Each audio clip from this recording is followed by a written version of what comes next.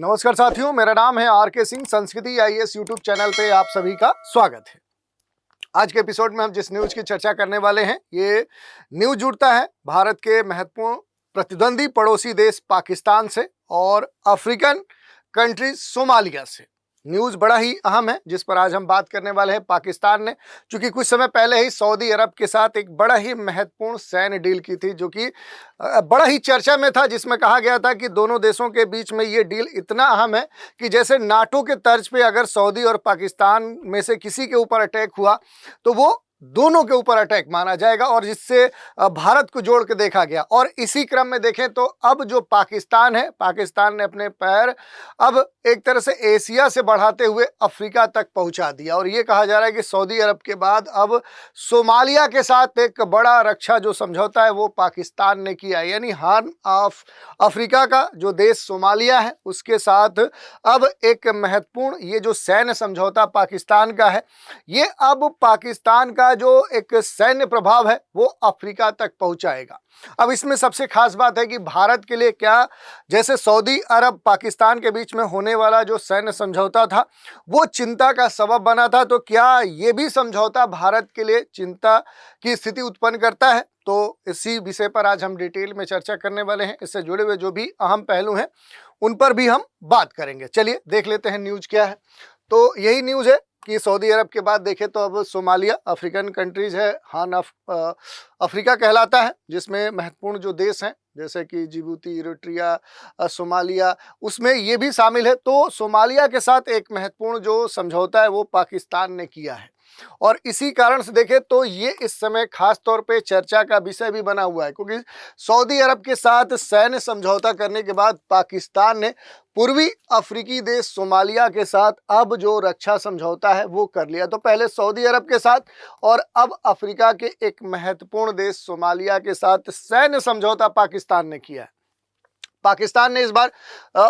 बहुत दूरी तय की, हजारों किलोमीटर दूर अफ्रीका है, तो हॉर्न ऑफ अफ्रीका का जो कंट्री सोमालिया है वहां जाकर समझौता किया। और पाकिस्तान और सोमालिया के बीच में ये जो समझौता है, इस समझौता पर पहले ही अगस्त में हस्ताक्षर किए गए थे और उस पर अब पूरी तरह से मुहर लग गई है। पाकिस्तान की हॉर्न ऑफ अफ्रीका में प्रभाव बढ़ाने की एक कोशिश के तौर पे ये समझौता देखा जा रहा है, और रिपोर्ट की माने तो रिपोर्ट के मुताबिक पाकिस्तान और सोमालिया के बीच में 5 सालों के लिए, 5 वर्षों के लिए ये समझौता किया गया है, जिसे सोमालिया की कैबिनेट ने पूरी तरह से मंजूरी प्रदान कर दी है। और संडे जो गार्जियन है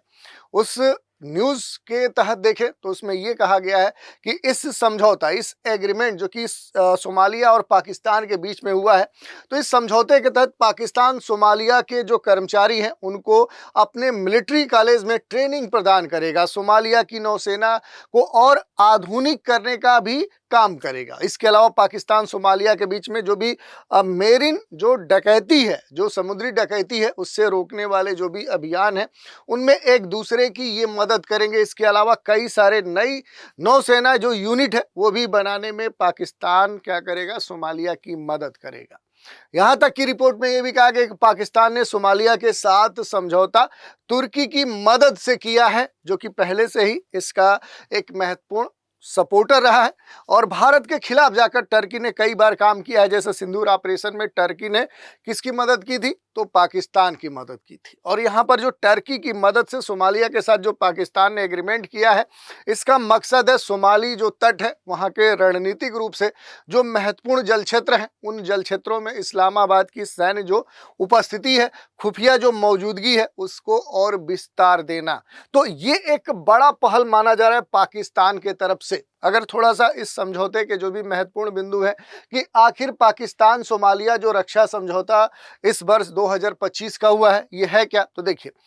महत्वपूर्ण जो रिपोर्टें आ रही हैं उन रिपोर्टों के मुताबिक देखें तो इस समझौते की सबसे जो खास बात है वो ये है कि ये समझौता अफ्रीकी संघ, जो अफ्रीकन जो यूनियन है या फिर कह सकते हैं संयुक्त राष्ट्र है, उसके मौजूदा ढांचे से एक तरह से बाहर है। तो ये बियॉन्ड दुनिया की जो महत्वपूर्ण एक संरचना है उससे बियॉन्ड जाकर पाकिस्तान ने अफ्रीकन ये जो कह सकते हैं हॉर्न ऑफ जो अफ्रीका कंट्रीज सोमालिया उसके साथ समझौता किया है, जिससे क्षेत्रीय सहयोग की एकता पर असर पड़ सकता है, क्योंकि जो रीजनल अलग अलग सिक्योरिटी से जुड़े हुए मुद्दे हैं उनके संदर्भ में देखें तो ये एग्रीमेंट कहीं ना कहीं चुभ सकता है। खास बात यह है कि पिछले कुछ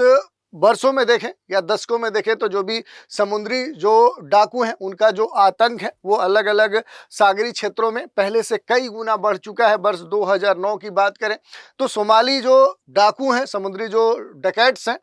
उन्होंने मरमक जो अल्बामा नाम के एक अमेरिकी जो मालवाहक जहाज है उसका पूरा अपहरण ही कर लिया और उसके कप्तान तक को बंधक बना लिया था। उस वर्ष इस मुद्दे ने वैश्विक स्तर पे चर्चा बटोरी थी और पूरी दुनिया का जो ध्यान है, जो अट्रैक्शन है, वो सोमालिया के तरफ क्या किया था, सोमालिया के जो डकैट्स हैं, सोमालिया जो प्रशासन है उसकी तरफ खींचा था।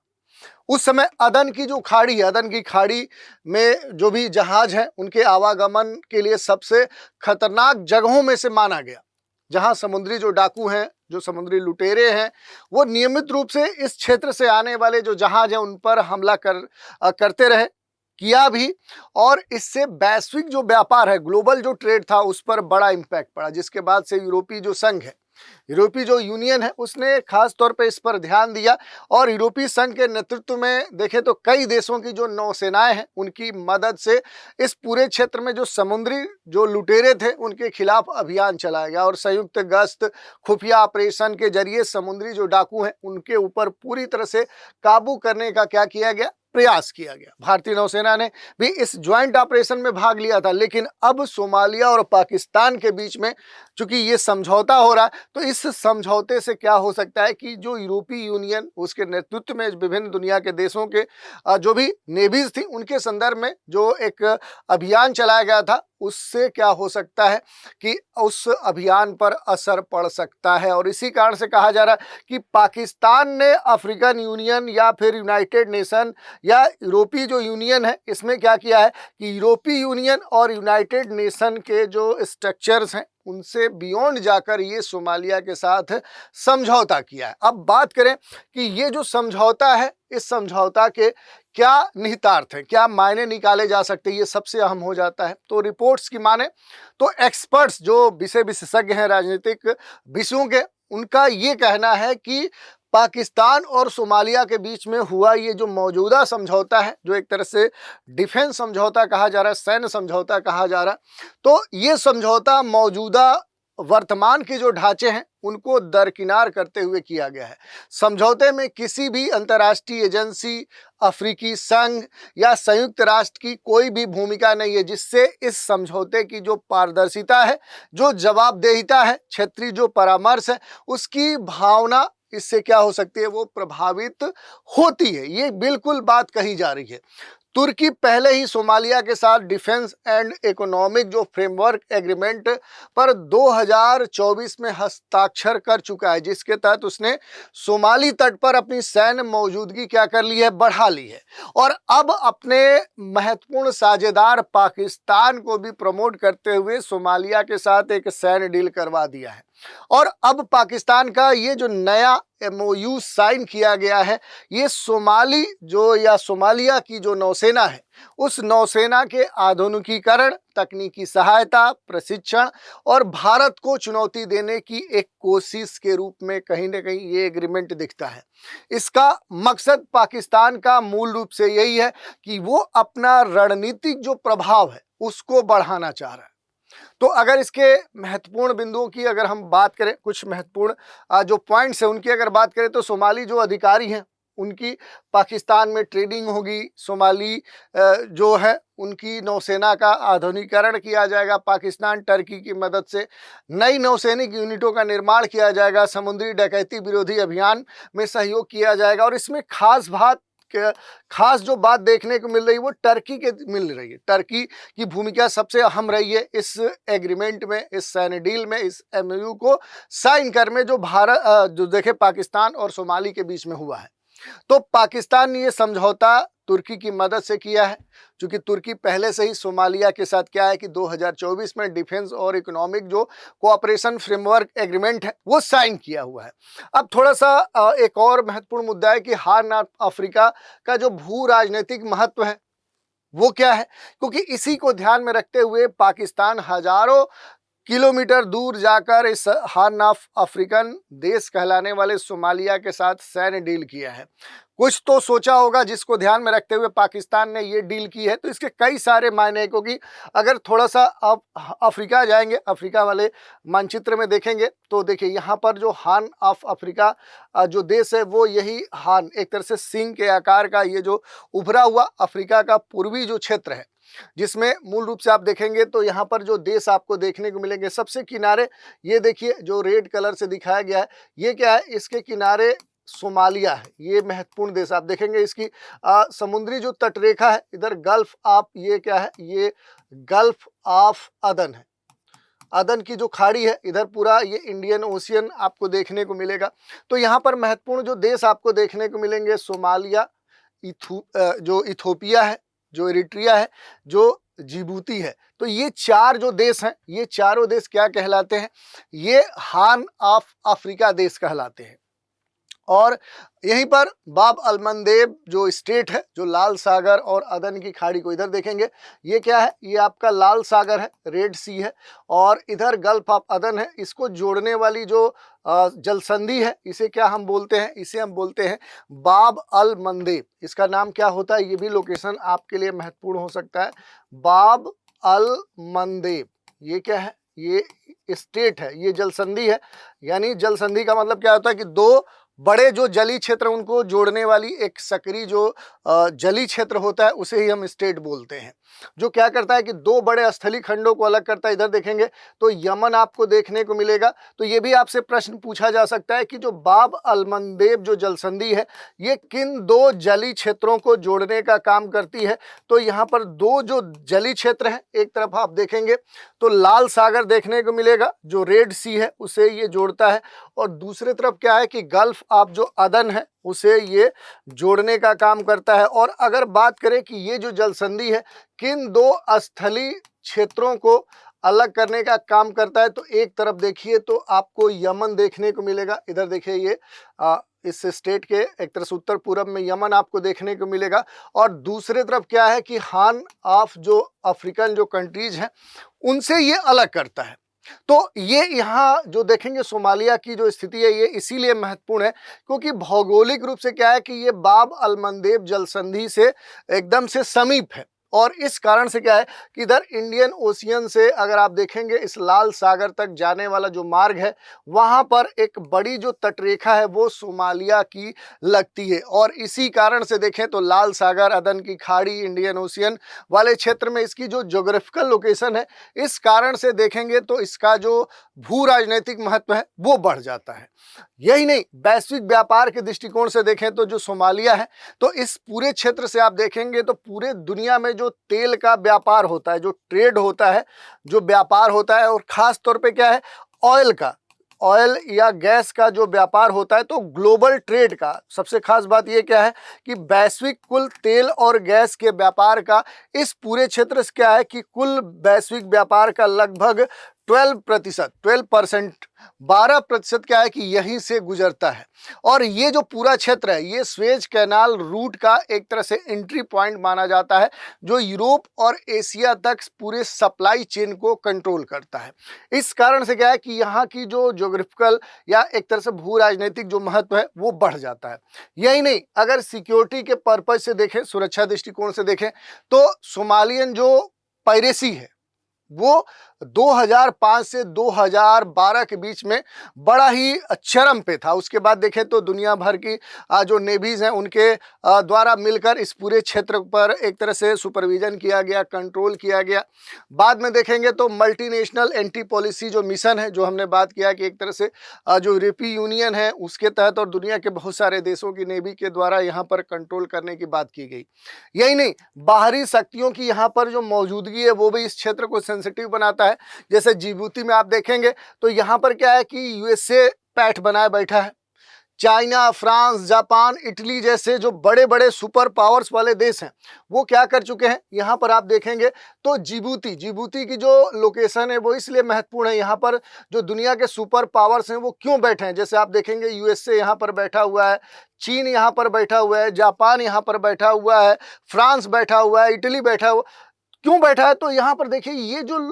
देख सकते हैं लोकेशन है, जो एंट्री पॉइंट है गल्फ ऑफ अदन से इधर लाल सागर जो जाने वाला जगह है, यहाँ पर कोई एक अपनी रणनीतिक जो मौजूदगी है, क्योंकि ट्रेड का एक बड़ा जो हिस्सा है वो इसी कह सकते हैं कि बाब अल मंदेब जल संधि से गुजरता है। तो इस कारण से दुनिया के सारे जो सुपर पावर्स हैं उनकी जो मौजूदगी है, और ये जिबूती क्या है कि यहाँ पर ठीक सोमालिया से इसकी सीमा साझा होती है। तो इस कारण से बाहरी शक्तियों की जो मौजूदगी है वो इस क्षेत्र को, या सोमालिया या हार्न ऑफ जो अफ्रीकन कंट्रीज हैं, इनके भू राजनीतिक महत्व को और बढ़ा देता है। टर्की का सैन्य बेस देखें तो मोगादिशु सोमालिया में बना हुआ है, जो राजधानी है सोमालिया का, क्योंकि टर्की क्या है कि लंबे समय से जो सोमालिया है इसके साथ कई सारे जो एग्रीमेंट हैं वो करते रहा है, और अब पाकिस्तान भी यहाँ पर एंट्री कर चुका है। अब यहाँ पर सबसे खास बात एक चीज देखने को मिलती है कि आखिर पाकिस्तान चाहता क्या है, पाकिस्तान की जो रणनीतिक इच्छा है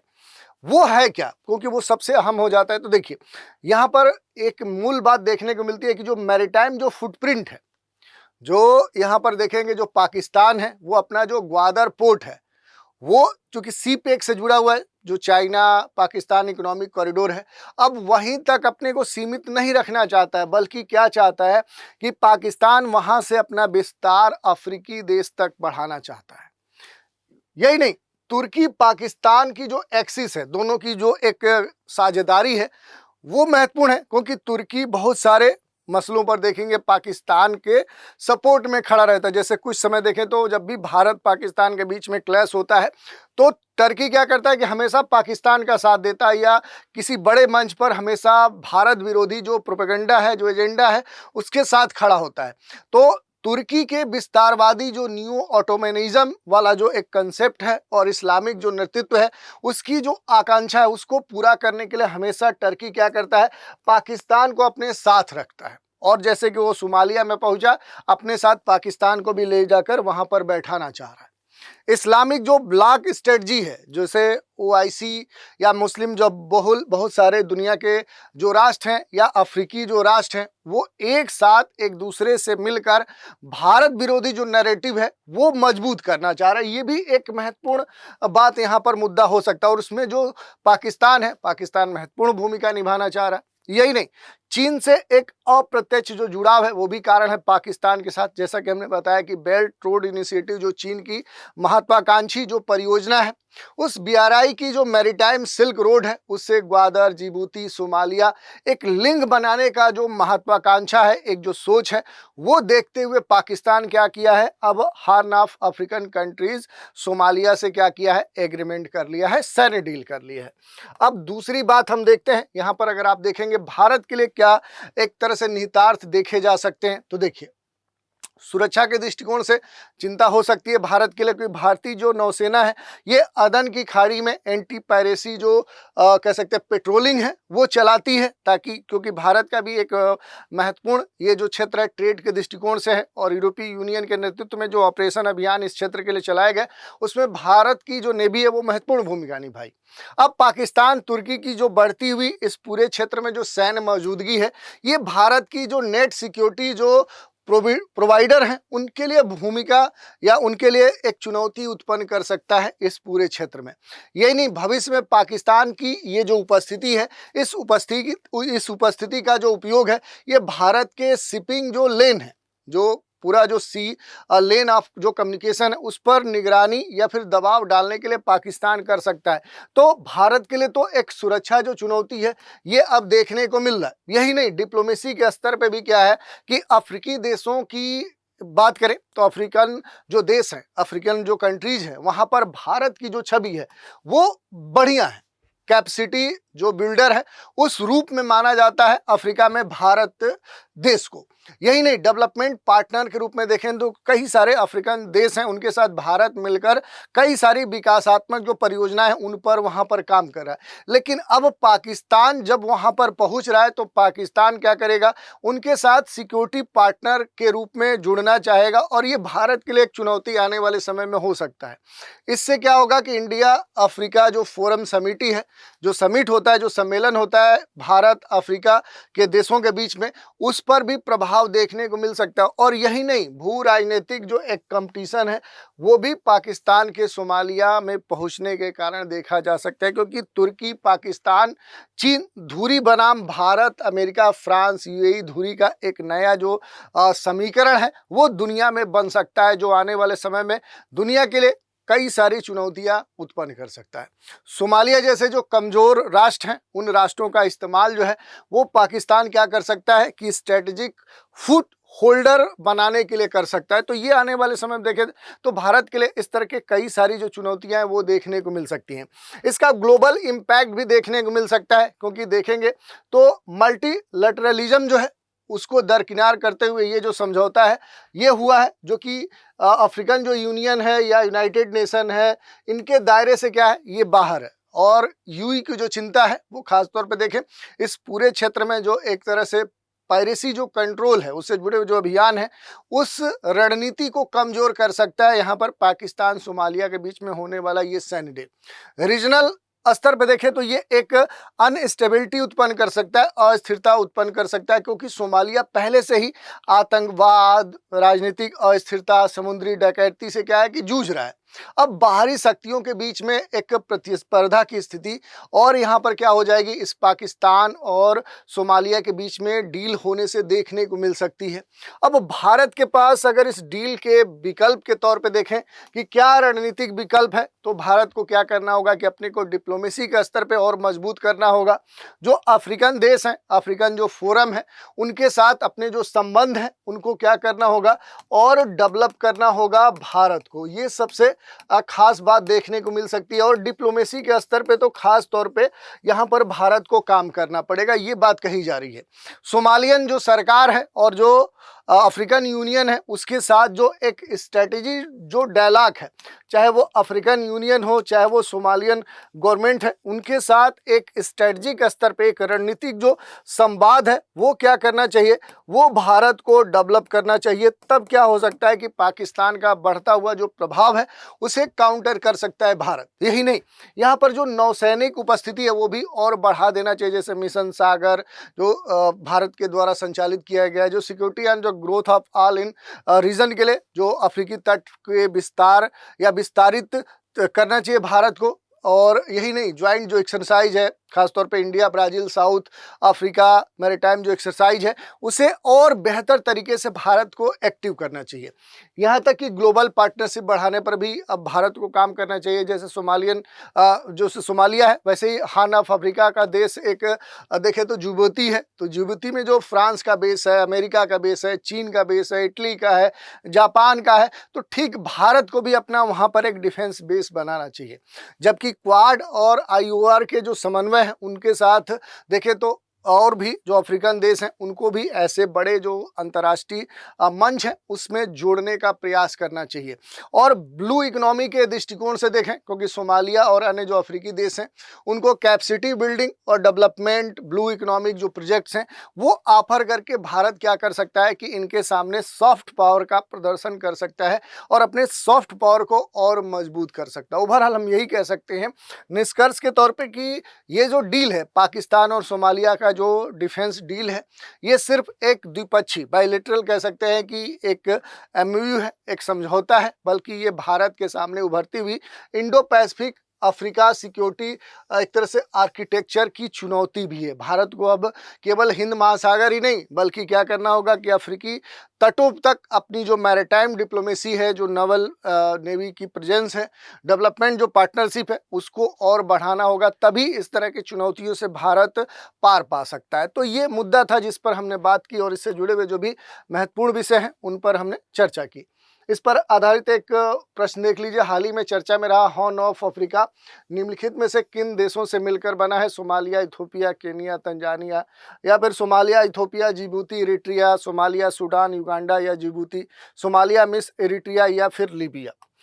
इसके अलावा मेंस के भी बहुत सारे प्रश्न यहाँ पर बन सकते हैं, जैसे अंतर्राष्ट्रीय संबंध जीएस पेपर 2 के तहत देखिए, critically examine how Pakistan Somalia defence agreement में impact India roles as a net security provider in Indian ocean region. कहा जा रहा है कि भारत पाकिस्तान के बीच में हालिया जो डिफेंस समझौता हुआ है, इसका भारत के सिक्योरिटी इंडियन ओशियन वाले क्षेत्र में जो सुरक्षा है उसके संदर्भ में क्या प्रभाव पड़ सकता है। यही नहीं, सिक्योरिटी के तहत जीएस के पेपर 3 के तहत प्रश्न पूछा जा सकता है। डिस्कस इंडिया चैलेंजेस इन